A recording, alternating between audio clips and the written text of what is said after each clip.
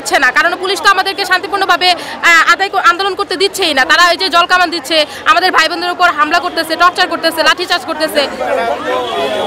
পুলিশের কি আগের ভূমিকায় দেখছেন নাকি? হ্যাঁ, কি আগের ভূমিকায় তো দেখা যাচ্ছে। আপনারা দেখতেছেন না যে আমাদের ভাই বোনদের উপর কিভাবে হামলা হচ্ছে, কিভাবে ছত্রভঙ্গ করা হচ্ছে, কিভাবে লাঠিচার্জ করতেছে। আসলে এটা আসলে খুবই দুঃখজনক, যেখানে আমরা প্রতিটা শিক্ষক এখানে অনার্স মাস্টার্স কমপ্লিট করে এসে আমরা সবাই অনার্স মাস্টার্স কমপ্লিট করে এসে এখানে কিন্তু সুপারিশপ্রাপ্ত হয়েছি। এখানে এসএসসি পাস কনস্টেবলের হাতে যখন আমরা লাঞ্ছনার শিকার হই, আমরা সত্যি খুবই দুঃখজনক।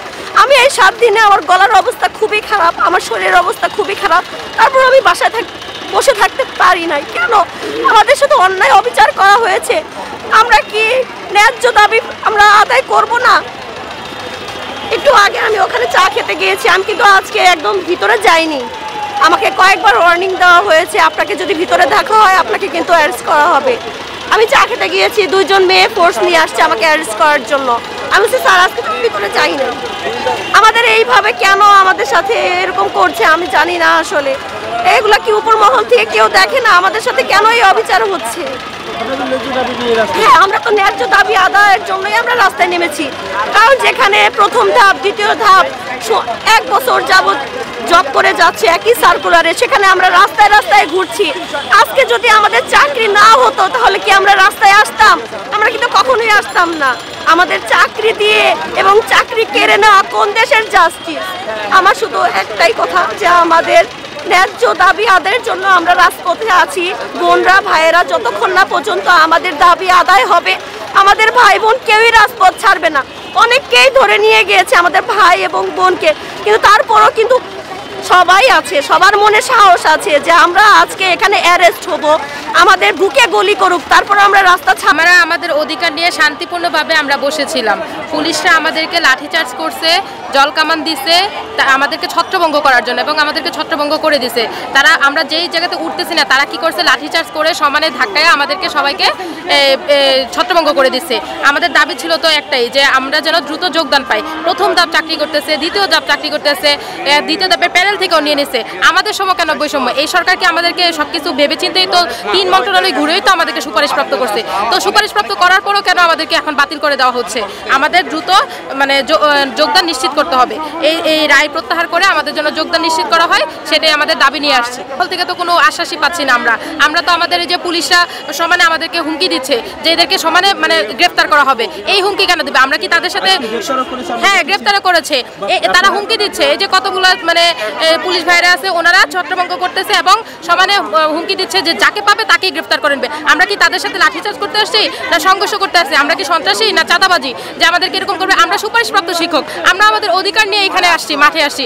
আমাদেরকে কেন ছত্রভঙ্গ করা হবে? আমাদের একটাই দাবি, যে আমরা যেন দ্রুত নিয়োগ পাই, আমাদের যেন দ্রুত যোগদান করা হয়। এটা আমাদের অধিকার। আমাদেরকে সুপারিশপ্রাপ্ত করছে এই সরকারই কেন বাতিল করে? তখন আমরা তো শুধু রেজাল্ট চেয়েছি, আমরা কিভাবে রেজাল্ট দেবে এটা তাদের চিন্তা ভাবনা ছিল। তো তারা ভেবে চিন্তেই তারা রেজাল্টটা প্রকাশ করেছে।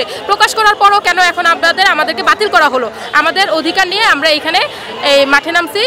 ছাত্র সমাজ থেকে কোনো সমন্বয়ক বা কেউ আসছে না? এখনো কোনো মানে তাদের মানে দেখা পাই নাই, বা এখনো কোনো আশ্বাস পাই নাই বা সেখান থেকে। আর আমাদেরকে হচ্ছে গিয়ে শুধু আশ্বাস দিচ্ছে।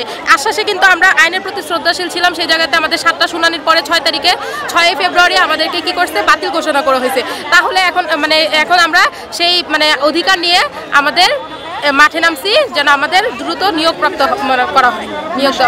আমরা আসলে ওভাবে কোনো আশ্বাস পাচ্ছি না। আমাদের এর আগেও আশ্বাস দেওয়া হয়েছিল, আপনারা শুনেছেন না। আমাদের কাছে কোনো সমন্বয়ক আসেনি। আমাদের এখানে যে এত আমরা অত্যাচার হচ্ছি, আমাদের বোনরা এত অত্যাচারিত হচ্ছে, এত লাঞ্ছনার শিকার হচ্ছে, তারপর উপর মহল থেকে আমরা কারো হেল্প এখনো পাইনি।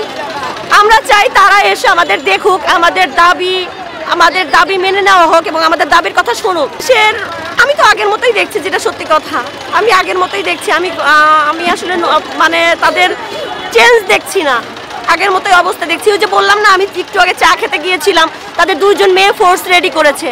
আমি বলছি কেন আমাকে ধরবেন? আমি কি অন্যায় করেছি? আমি তো একজন সুপারিশপ্রাপ্ত শিক্ষক, আমি এসেছি এখানে আমাদের ন্যায্য দাবি আদায় করার জন্য। আমি তো কোনো অন্যায় করতে এখানে আসি নাই। আমি টাঙ্গাইলের ভরপুর থানা থেকে সুপারিশপ্রাপ্ত একজন শিক্ষক।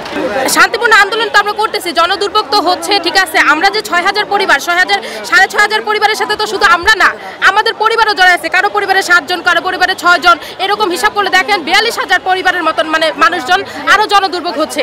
এই যে যাদের পরিবারে কেউ নাই, কারো বাবা নাই, যেমন আমারই বাবা নাই, আমার বাবা নাই, আমার পরিবারে কোনো একটা বড় ভাই নেই, আমাকেই পরিবারের দায়িত্ব নিতে হচ্ছে। আমি যে আগে কাজ করতাম সেই কাজটাও ছেড়ে দিয়েছিলাম। তো এখন কথা হচ্ছে গিয়া আমরা যে এখন আমার পরিবারের দায়িত্ব কে নিবে, ঠিক এরকমই আরও ভাই বোন আছে যে যাদের পরিবারে কোনো বড় ভাই নাই, বাবা নাই, তাদের দায়িত্ব কে নিবে। এই সরকার তো এখন সবকিছু ভেবেই আমাদেরকে সুপারিশপ্রাপ্ত করছে। এখন আমাদের দাবি, আমাদের অধিকার যেন আমরা দ্রুত যোগদান করতে পারি।